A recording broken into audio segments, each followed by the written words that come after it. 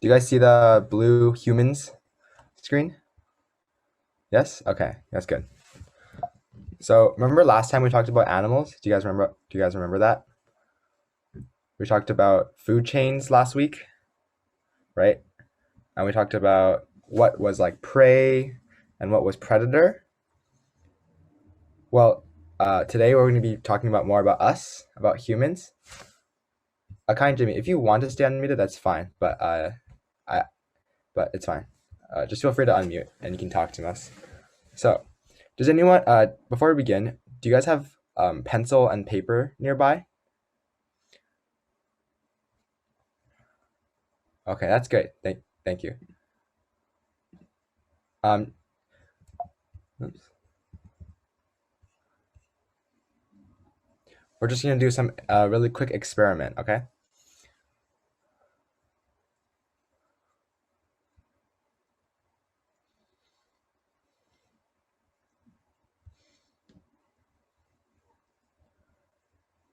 Okay, so first, in your, do you guys know what your dominant hand is? So what hand do you normally write like words with?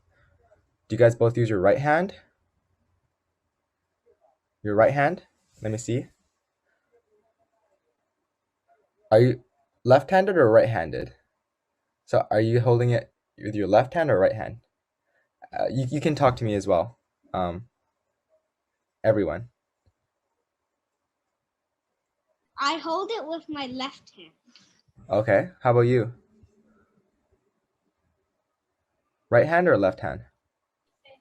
I hold it with my right hand. Okay, that's cool. So you guys are different. That's nice.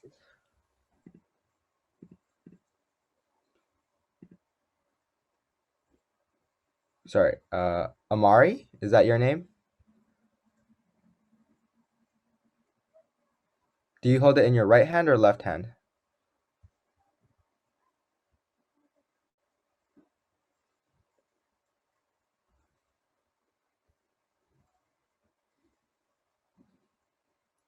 I think he was in his. I think he was holding it with his right hand.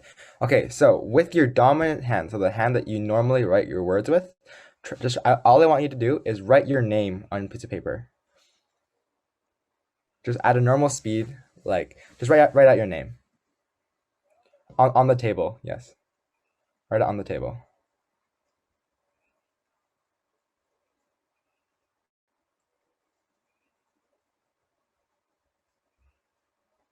Let me know when you guys are done.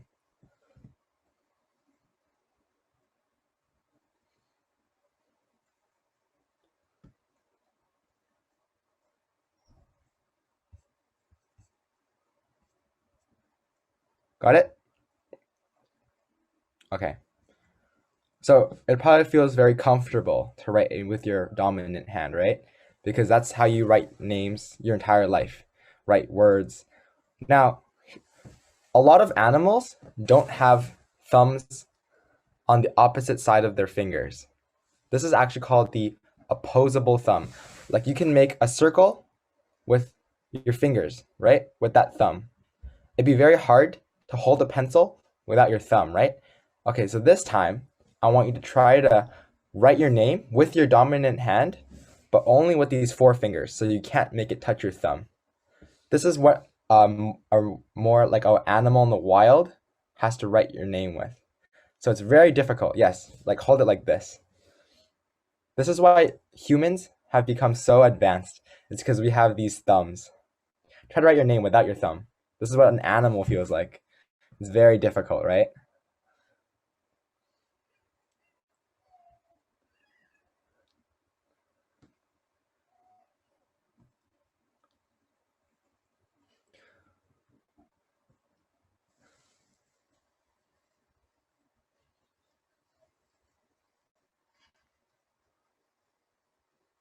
So without your thumb, writing and working with tools like a hammer, how do you even use a hammer if you don't have a thumb?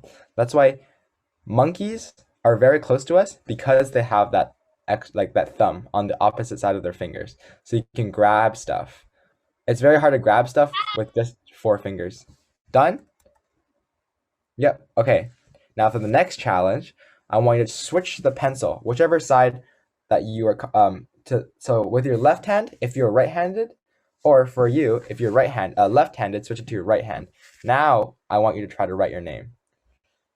This is more like this is gonna feel very weird and awkward for you guys. But try to think about why does it feel so weird? Like it's just your hand. Why does your brain feel that it's uncomfortable?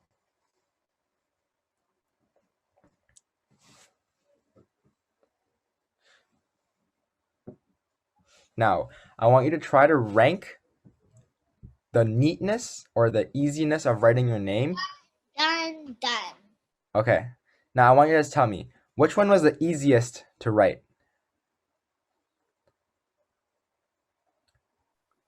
Right hand.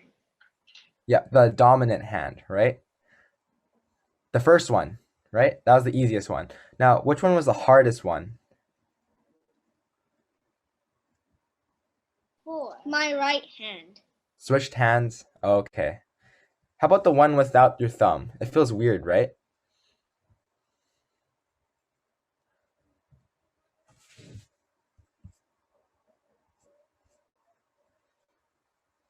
Why do you think it's so much harder to write with your other hand? Do you have any ideas?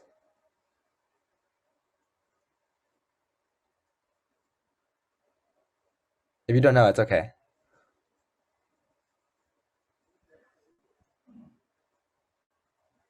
Sorry. The other person who has the camera on, what is your name? Can you tell me?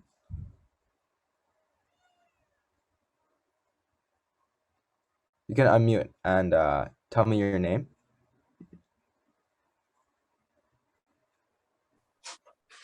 Stephen. Steven? Okay. Thank you. So Steven, which one was the easiest for you to write? I write with my left hand. You write with your left hand? Okay, Yes. that's cool. Then which one was the hardest one? Right hand. Okay. So you're the same as Kai, right? So yes, you're same with the so left hand was the easiest for you and right hand was the hardest one, right? Yeah. Okay, that's really interesting. Thank you. All right, now let's move on. Have you guys heard of the senses, the human senses? So it's all about how do we experience the world? Yes, you heard of it, Jimmy? Yes. So look at the. Do you guys see the screen?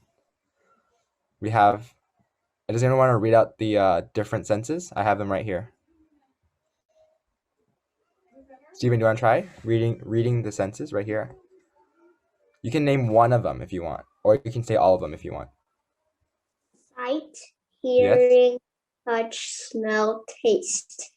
Yeah. So sight, that's with our eyes. Good job, Steven. Hearing, we have that with our ears.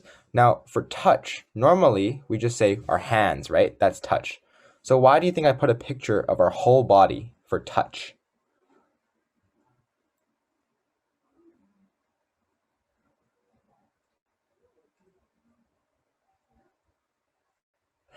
Our eyes is the only thing on humans that can see stuff, right? Nothing else on our body can see stuff. And our ears are the only thing that can hear things. But our hands are not the only thing that can touch things, that can feel stuff, right? Like if you touch the table, you can feel that on your finger, right? But can you also feel the chair when you're sitting down? Because your legs can also touch things.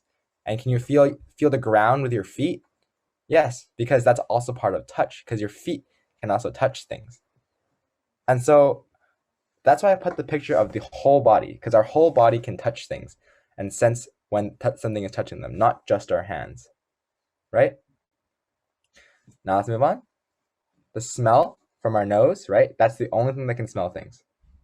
And taste, only the mouth can taste things. Make sense? But there are a lot more senses. Did you know that? I know it seems very weird, right? Because we all heard of humans only have five senses, right? So let me just say one sense that I don't think you guys even are aware of that we all have. It's called the sense of time. You you can know when time passes even without a clock, right? Like, which one is faster? Driving to school or standing up on your chair? Which one takes longer?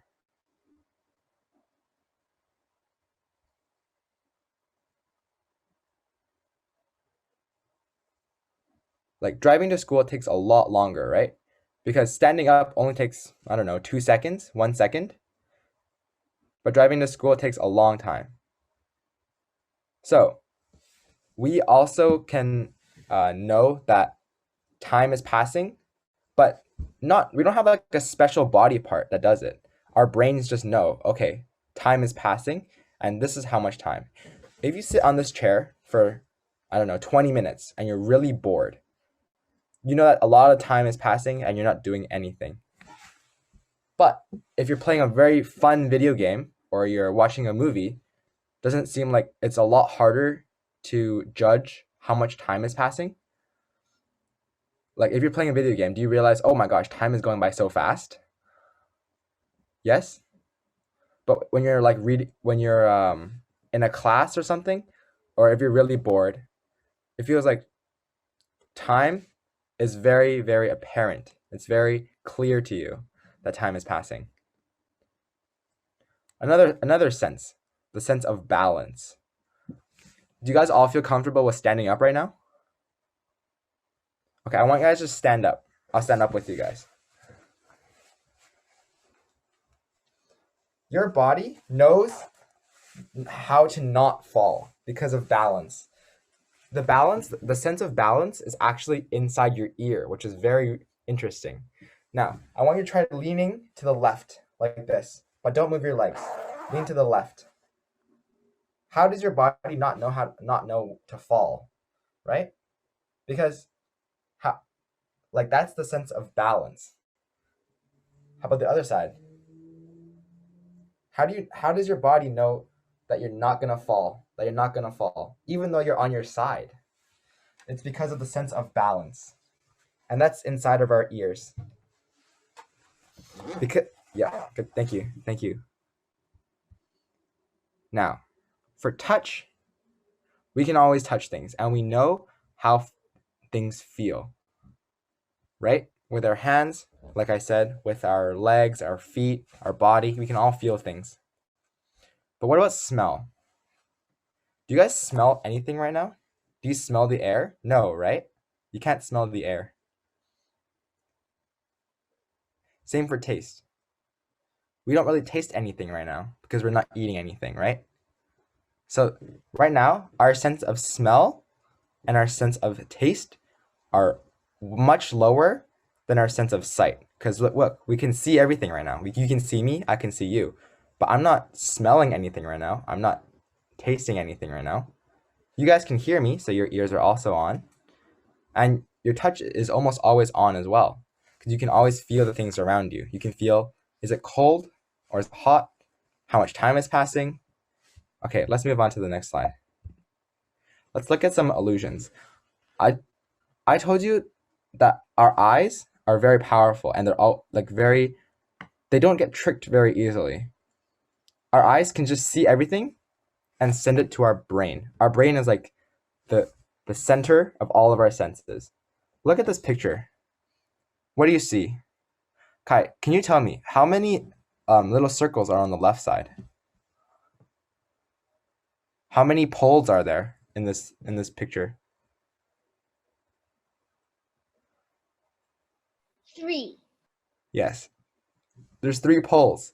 Now, Jimmy, can you tell me on the other side of this thing, how many poles does it look like should be coming out?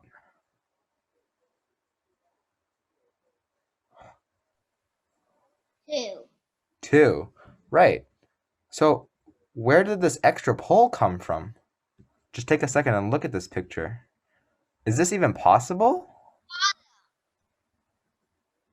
Sorry, Jimmy, what'd you say? The bottom. Yeah, the bottom. It comes out from the bottom. There's an extra pull coming from the bottom, but it doesn't look like it comes from anywhere. Do you see that, Steven?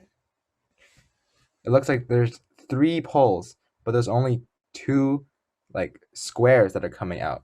So our eyes looks at this picture and sends it straight to our brain. It doesn't care whether it understands it or not. It will just send it to our brain. It's up to our brain to try to figure out what is happening here. So that's why our brains can get tricked, but our eyes don't get tricked very easily. Does that make sense? So our eyes are not the same as our brain. Think about it like this. Your eye is like the mailman. It just gets whatever it takes and sends it to your home. Your home is the brain. It's up to you to read that letter, to try to understand what is happening. But our eyes just look at the photo and sends it straight to your brain. It doesn't care whether it understands it or not. Get it? So, it's the same for all of your senses. Let's say you smell something really yucky, right? Your nose doesn't smell that directly. It sends that yucky smell to your brain, and it's up to your brain to be like, oh, this smells bad. I don't like this smell. Your nose doesn't care whether it smells good or bad. It just sends it straight to your brain. Same for this illusion right here. Like, your eyes just look at the photo and send to your brain, but your brain has to be like, oh, what is happening here? There's 3 on this side, 2 on that side. How is this possible? Okay, let's move to the next slide. Okay, Steven, let's take a look at this photo. Do you see the circles in the middle of the 2 sides? Yes? Which one do you think is bigger? The one on the left side or one on the right side? Left side? Yeah, that circle looks way bigger, right? But actually, if you take your hands like this and cover up the top and the bottom and line it up, you could actually, you don't have to, but I can just tell you that these 2 circles in the middle are actually the same size.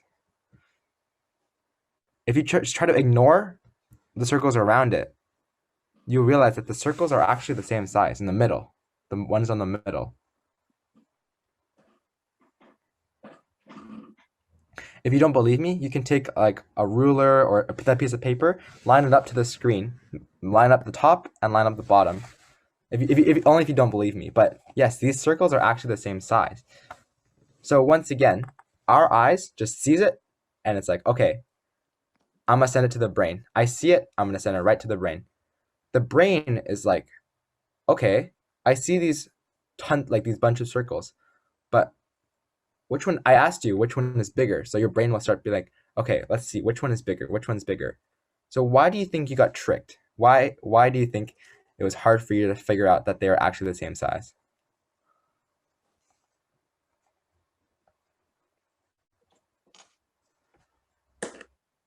Because the ones on the left make it seem like this circle on the left is big, because they're all really small. They're all really small.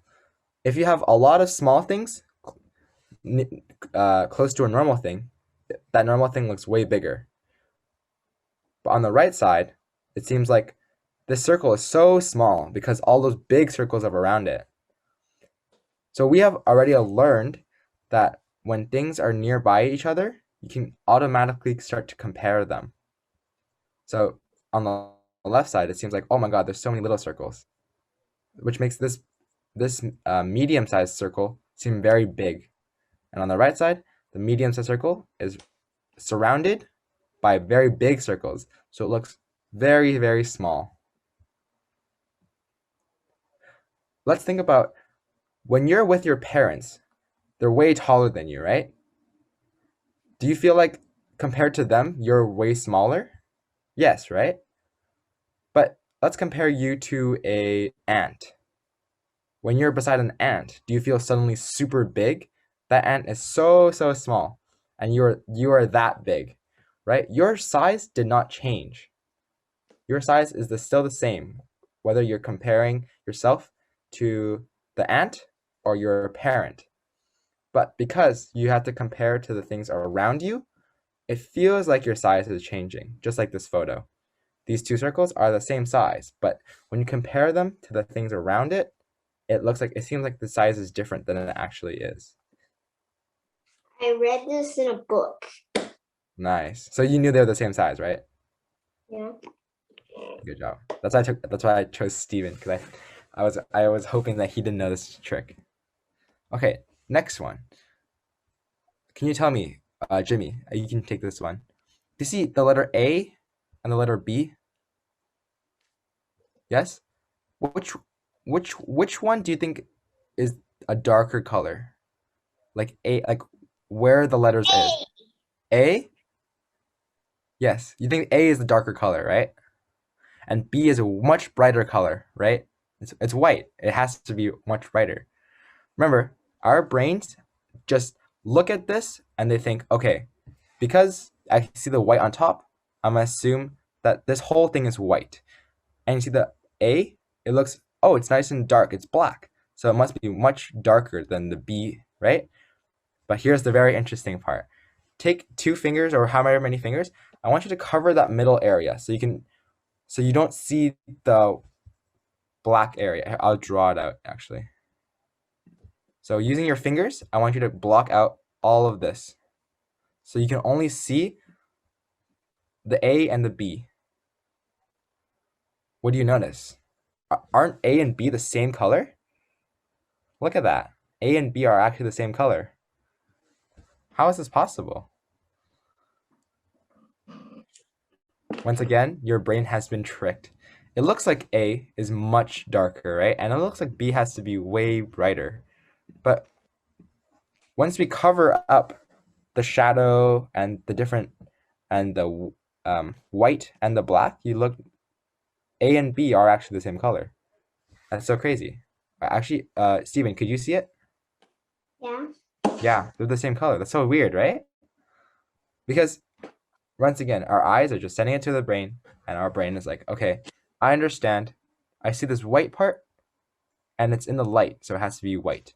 And I see this dark part, and it's on the dark side, so it has to be dark. So it has to be, this upper area has to be black. But once we get rid of that middle area, which tells us what colors you think the actual pieces are, then our eyes are like, oh no, they're actually the same color. They're the same color. Let's move on to the next one. Who's brave enough to give this one a try? Kai, do you want to try this one? I'll explain it. So basically, you see all these words, right? You see blue, green, yellow, and they're all different colors. I want you to try your best, okay? And say the color of the word. Don't read the word. So for the first one, you see blue, and you know that's red. So you're gonna say red because it's red color, and you're gonna go on. So you see green, but you know that it's blue. So you're gonna say the color blue. And I want you to try your best to not read the word. You just want to say the color out loud. It's okay if you mess up. Just try your best. This is also a trick for your brain.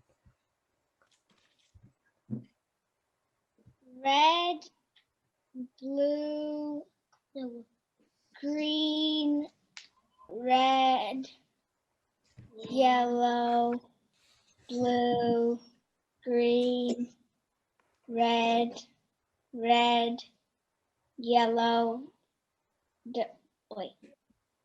blue, and red. Yeah. See, it's so hard, right? Now, this time, just say them normally. Just say the word. Don't say the color. I want to try your best. Just say the word. So you'd say blue, green. Blue, green, yellow, pink, red, orange, gray, black, purple, tan, white, and brown. So that was a lot easier, right? Just saying the word is so much easier. It almost felt like when you were reading the white, you forgot how to say blue, right? It's very confusing because at one side, your eyes are so used to just understanding what the word says. So you see white. So you're like, okay, I understand white. I know what white is. But when I tell you to say the color itself, there's no word to tell you what it is. You have to try to figure that out on yourself. Do you want to try it real quick, Jimmy or Steven? If you guys can try it, see if you can do better than Kai.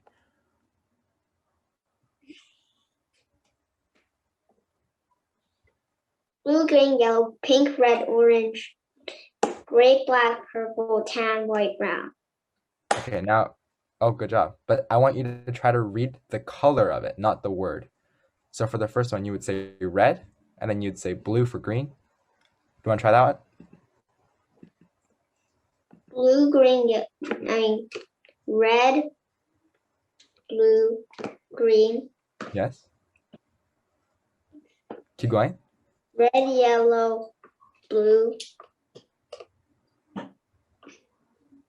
green, black, Nope. Red. green, red, yellow, blue, red. Good job. See, it's so hard, right? If they were just like balls, like little colored balls, you could figure it out so fast. You would just say red, blue, green.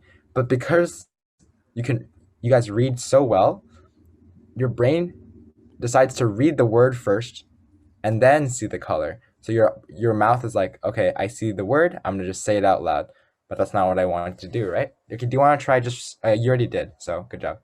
Uh, do you realize how hard it is suddenly to find the colors, right? Okay, so what do we learn from these illusions? That our brains are very smart, right? We can pick up and learn a lot of different things, but our eyes are so easy to trick. Okay, Kai, what do you see in this picture? Oh, I see two. A You see duck both? and a rabbit. Yes, but what did you see first? A duck. You see the duck? How about Jimmy? What did you see first? Did you see the duck or the rabbit? Duck. You saw a duck as well? How about Steven? Did you see the duck or the rabbit first? I saw the duck first. You saw the duck first? You all saw the duck first. But you guys also all see the rabbit. Before. Sorry? I also read it in a book before. Yeah, this is pretty famous, you know? Where's the rabbit?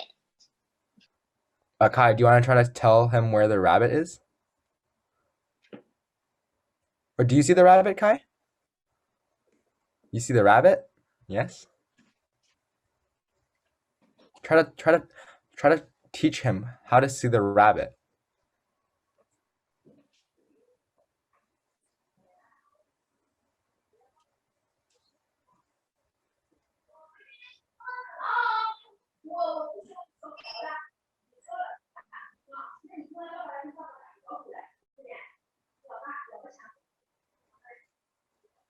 Do you see it now, Jimmy? The rabbit?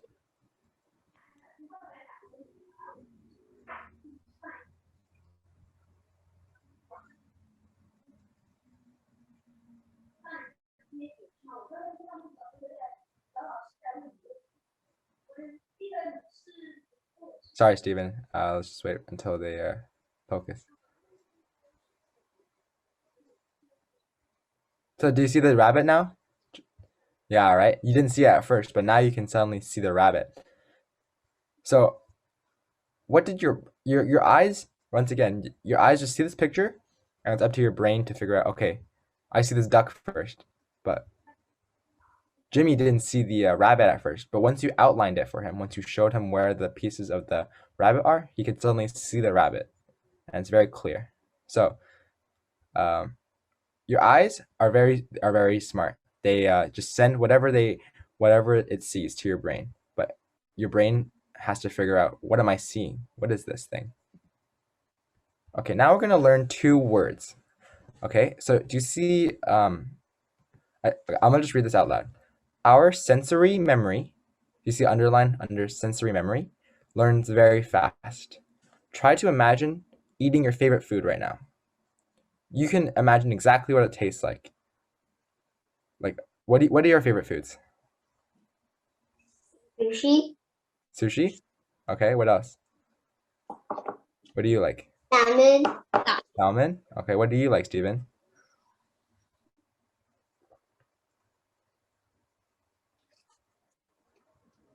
Just say anything. It's fine.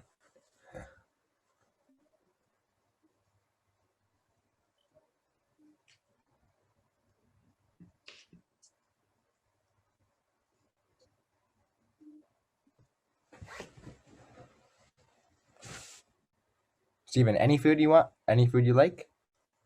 Like, what do you like to No, eat? I like all. You like all food? Okay. Let's just say, okay, sure. That's cool. Now, our next word that we're gonna learn. So, sensory memory is memory that we learn from our senses. So, the food that you eat, you remember what it tastes like. You remember what sushi tastes like. You remember what salmon tastes like. And you, Steven, if you think of a single food, you can probably imagine what that thing tastes like, right? Because our sensory memory Yeah. works very fast and it's very accurate. Now, our semantic memory, it's under also underlined here. That's a very interesting word. It it talks about like facts, right? If someone told you, oh, my birthday is March 5th, okay, that would go into your semantic memory because it is a fact and it's not like your sense took it in. Like your ears heard it, but it's not like music or a special sound. It's a fact that has to go into your brain to try to memorize. Okay, this person's birthday is March 5th.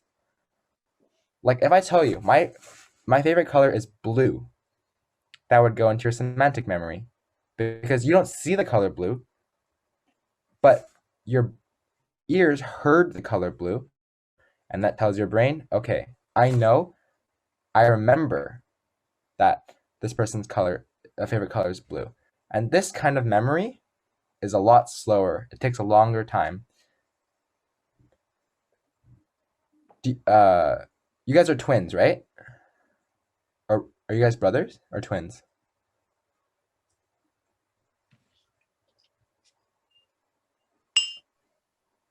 Brothers. Okay, okay. Do you guys remember each other's birthday? Just try to. Do you remember it? Kai, what is Jimmy's birthday? Do you remember? Yeah, you can say it. January 18th. Good job. How about Jimmy? Do you remember Kai's birthday? No? Okay. So that means his birthday is not in your semantic memory yet because that's a fact and it takes time for your brain to remember facts. Even if he told you your birthday like 10 times, if you don't like really remember it, it'll just slip out. Okay, let's look at these photos down here. Do you think these are sensory memories or semantic memories? Let's go first, Stephen, on the snow. So if you're out on a nice cold day and you see this picture and suddenly you feel cold, is that sensory memory or semantic memory? So would you remember this with your senses or with your facts? Sensory. Good job. Yes. Your your body knows it's very cold and you don't need to have a fact. You don't need someone to tell you that snow is cold to remember it, right? Your body already knows snow is cold because of sensory memory. Because all those times that you have been cold, your brain remembers what it's like to be cold. So when you see this photo, you automatically know. Can you guys imagine like just touching that snow, like feeling how cold it is, right? No one can tell you what that feels like. But if you have done it before, then you can remember what it feels like just because that goes into your sensory memory and that's really fast. Yes, Steven, do you have a question? No. No? Okay. How about this very simple equation in the middle? Kai, do you want to try it out? 1 plus 1 equals 2. Is this sensory memory or semantic memory? I think it's semantic memory. Yes, because it goes into your facts box. Okay, Jimmy, would you like to try the last one? The sushi roll right here. Is this semantic memory or sensory memory? Does someone tell you what sushi tastes like, or do you have to do it yourself? Try yourself to remember what it tastes like. Memory. Good job. It's sensory memory because it takes your mouth to taste it, and then whenever you look at this photo, you can almost imagine just eating it because you know exactly what it tastes like because it's in your sensory memory. It looks pretty good, right? The sushi. Wait, huh? 1 second. Okay, now, how many of okay? This doesn't sound like a really weird question. How many of you are wearing socks right now? Are you wearing socks? No, but you guys are wearing a shirt, right? A shirt. Yes. Before I talked about it, could you feel your shirt on your body? Do you remember constantly feeling that you're wearing a shirt? Do you remember your belly touching that shirt? Do you remember the shirt touching your shoulders? No, right? You don't remember your shirt touching you at all. But now, I want you to try to close your eyes and feel the shirt on your skin. Can you really feel it now? You can feel it much more than before, right? The shirt is the shirt is touching your entire body. Like I'm wearing this jacket, and before I talked about it, I couldn't feel the jacket anymore. Now let's talk about why could you not feel your shirt before I talked about it?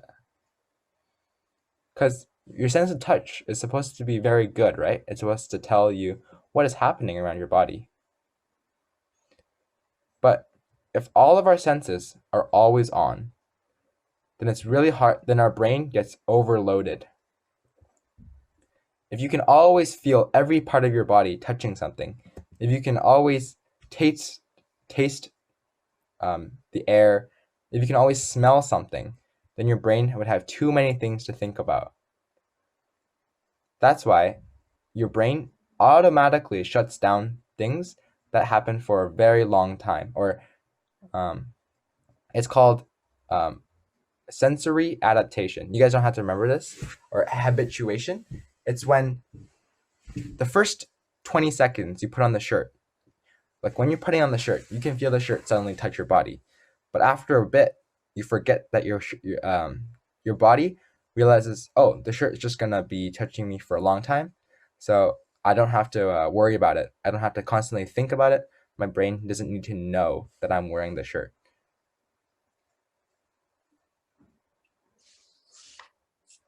So basically, I'll just say the most important part again. Um, your brain shuts down senses that don't need to be constantly told to your brain, or else it would be overloaded, or else there'd be too many things to think about. Okay, what about hearing? Actually, before we do this one, do you guys want to take a quick 5 minute break? Yes? Okay, Jamie. Let's just take a 5 minute break before we continue. Um,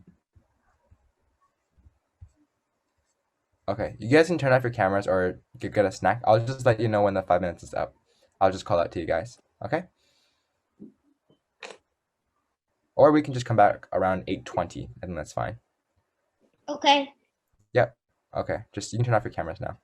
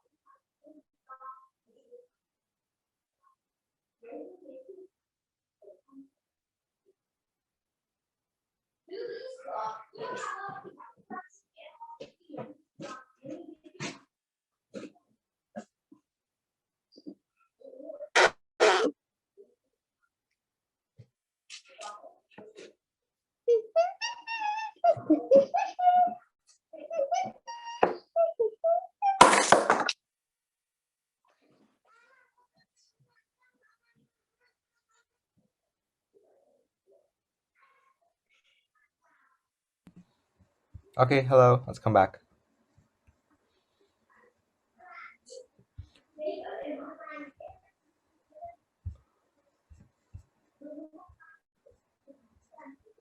So, 1 second.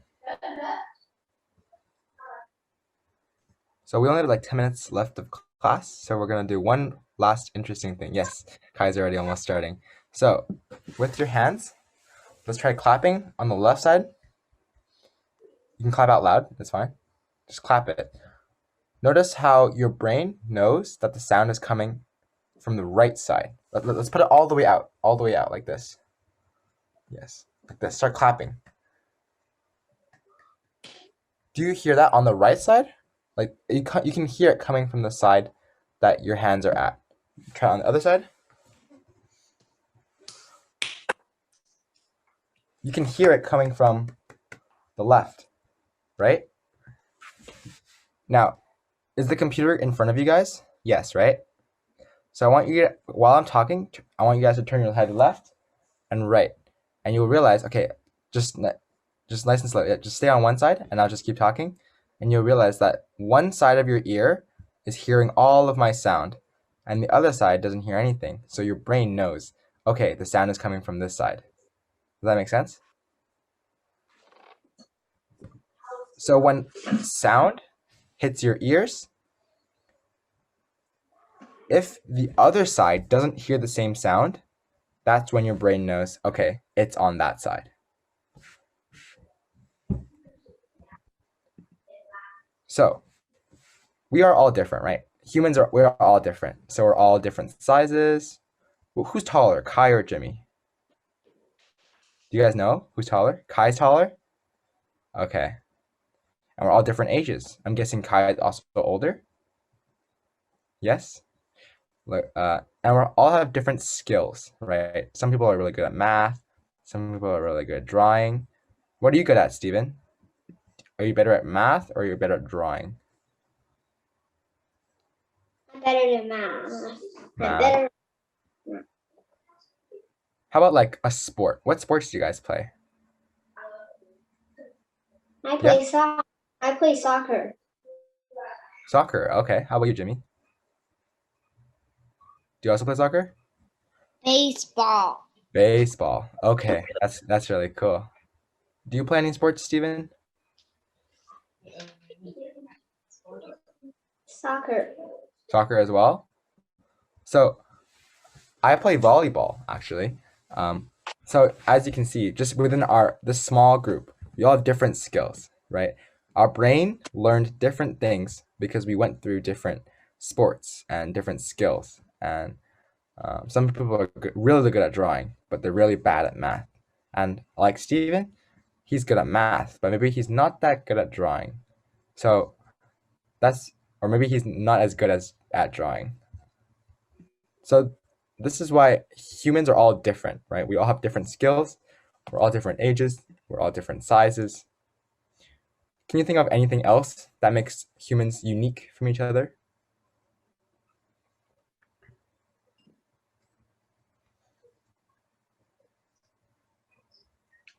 We have different DNAs. Yes. Wow. Okay. Yes. That's very deep. But yes, we all have different DNA. And DNA tells us how tall are we gonna be? DNA doesn't really tell us how old we are. That's just when we're born, right? And DNA doesn't tell us what skills we're gonna be good at. But it tells us a lot of other things like hair color. What color is your hair? Or eye color. What color eyes do you have? Or a lot of different things. But DNA is the code of all people. So very good. Thank you, Kai. Anything else? More like broad. Like that's not on this very short list, like size, age, and skills. Like gender. We are all boys, right? But like I saw your mom, she's a woman, right? Her DNA is very different. But also because she's a woman, she's different. She has different size, she has different skills.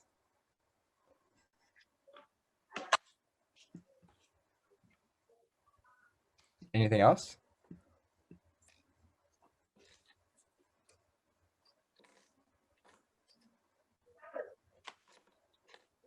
What about the different languages we speak? Do you guys speak any other languages other than English? I speak Chinese. Chinese, yes. And then that would fall underneath skills, right? It's kind of like a skill that you have to learn another language. What about you guys, Jimmy and Kai? Do you guys only speak English or do you guys speak another language? We speak Mandarin. You guys both speak Mandarin? Nice. Me too, actually. I speak Mandarin as well.